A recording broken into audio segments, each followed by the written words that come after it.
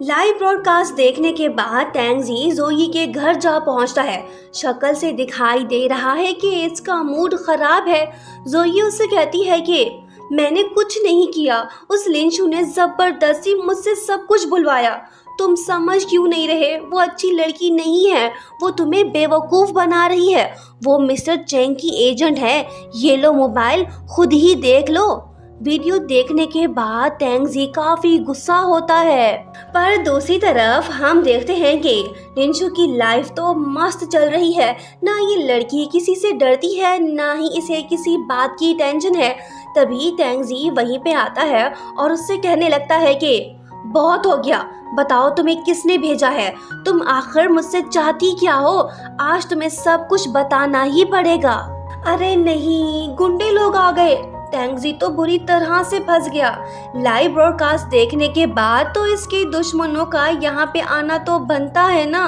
टैंगजी उनसे कहता है कि मुझे पता है कि तुम लोग क्या चाहते हो, आओ लड़ो मुझसे।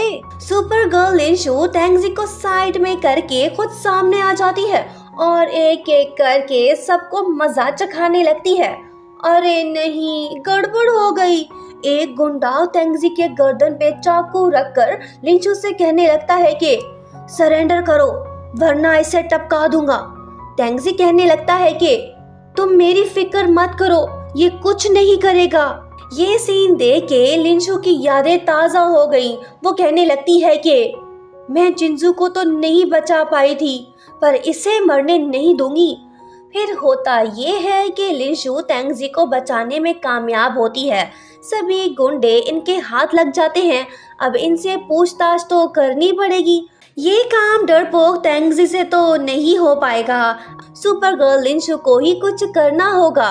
फिर क्या, गुंडे लोगों को मार मार के लिंशु उनसे बहुत कुछ उगलवा लेती है। पता चलने के बाद वो टैंगजी से कहती है कि ओ वकील बाबू, जल्दी से अपना जीमेल चेक कर, इनके पास जो था वो इन्होंने सेंड कर दिया। टैंगजी उससे पूछता है कि लड़की, तुमने उनके साथ क्या किया? वो कहती है कि इस बात को छोड़ो, अगर तुम्हें मारपीट देखने का शौक है तो ऊपर आओ। टैंगजी ऊपर वाले फ्लोर की तरफ जाने लगता है। रुको जरा, सब्र करो। गुंडे लोगों के चीखने चिल्लाने की आवाजें सुनने के बाद टैंगजी खौफजदा हो जाता है और वो ऊपर जाने का प्रोग्राम फौरन से कैंसिल कर देता है। उसके बाद हमें पता चलता है कि दरअसल ये सारा प्लान लिंशु ने बनाया था। वो खुद चाहती थी कि टैंगजी के दुश्मन उसके घर आए। हुआ कुछ यूं था कि जब लिंशु ने जोई का लाइव ब्रॉडकास्ट देखा तो उसके दिमाग में आइडिया आया। वो उसके पास जा पहुंची और उससे कहने लगी कि जैसा मैं बोल रही हूँ वैसा कर।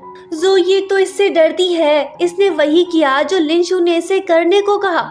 उसके बाद जो हुआ वो हम देख चुके हैं। प्रेजेंट टाइम में टैंगजी लिंशु से कहता है कि सो ये तुम्हारा प्लान था, गुड, तुमने सही किया। मेरे हाथ कुछ सबूत लगे हैं, अब मेरा केस स्ट्रॉन्ग हो गया है।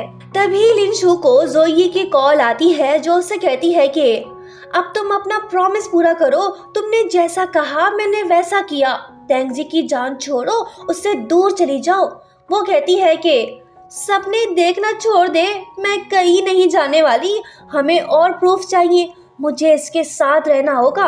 मतलब कि लिंशु ने जोई को बेवकूफ बनाया।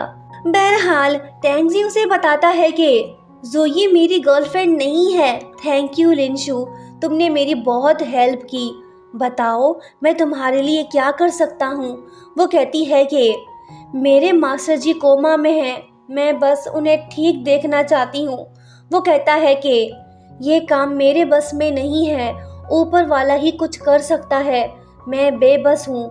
ये बोल के वो लिंशु के सर पे हाथ रखता है। ये बात लिंशु को पसंद नहीं आती। टैंगजी अपना हाथ फौरन से हटा लेता है। अगर नहीं हटाता तो मुक्का खाता। फ्लैशबैक में हम देखते हैं कि दरअसल लिंशु के मास्टर जी ने उसे बुरे लोगों से बचने की ट्रेनिंग दे रखी थी। उसके बाद होता ये है कि टैंगजी लिंशु की केयर करने लगता है। लगता है कि इसके दिल की घंटियां बज उठी हैं। पर लिनशु इसकी नीयत पे शक करने लगती है। वो इसलिए क्योंकि उसके मास्टर ने उसकी तरबियत ही कुछ ऐसी की है। अब बुरे लोग तो हर जगह होते हैं ना, इसमें लिनशु की कोई गलती नहीं। बहरहाल अच्छी बात यह है कि तेंगजी बैड बॉय नहीं है, वो एक सीधा साधा बंदा है जो अपने काम से काम रखता है। लिनशु कब ये बात समझेगी, ये देखना अभी बाकी है। कुछ दिन बाद होता ये है कि तेंगजी लिनशु को अपने होम टाउन ले जाता है ताकि उसे वहाँ पे कोई सुराग मिल सके।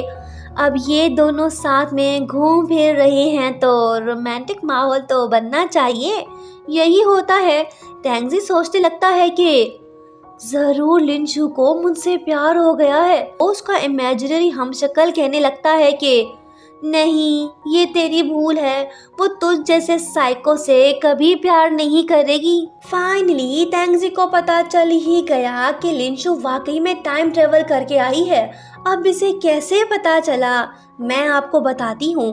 दरअसल ये बात लिशिन को पता चली थी कि लिनशु के मार्शल आर्ट स्किल्स 1500 साल पुराने हैं। ये आर्ट आजकल कम लोगों को आता है। ये बात प्रूव करने के लिए काफ़ी है कि लिनशु यहाँ की नहीं, वहाँ की है। ये शॉकिंग बात जानने के बाद तेंगजी सोचने लगता है कि हाँ, क्या मैं उस एंशिएंट लड़की से प्यार कर बैठा हूँ? मैं तो गया, ये मैंने क्या कर दिया। दूसरी तरफ हम देखते हैं कि लिनशु परेशान दिखाई दे रही है। वो कहने लगती है कि तेंगजी है तो बड़ा हैंडसम, पर उसकी हरकतें कुछ ठीक नहीं हैं। क्या इस दुनिया में सभी हैंडसम लोग बुरे होते हैं? लिनशु को कब एहसास होगा कि तेंगजी बैड बॉय नहीं है? जब भी होगा देखा जाएगा, मैं आपको बता दूंगी। ये वाला पार्ट यहीं पे ख़त्म हुआ। Next part coming very soon. Thank you so much for watching and subscribe for more videos.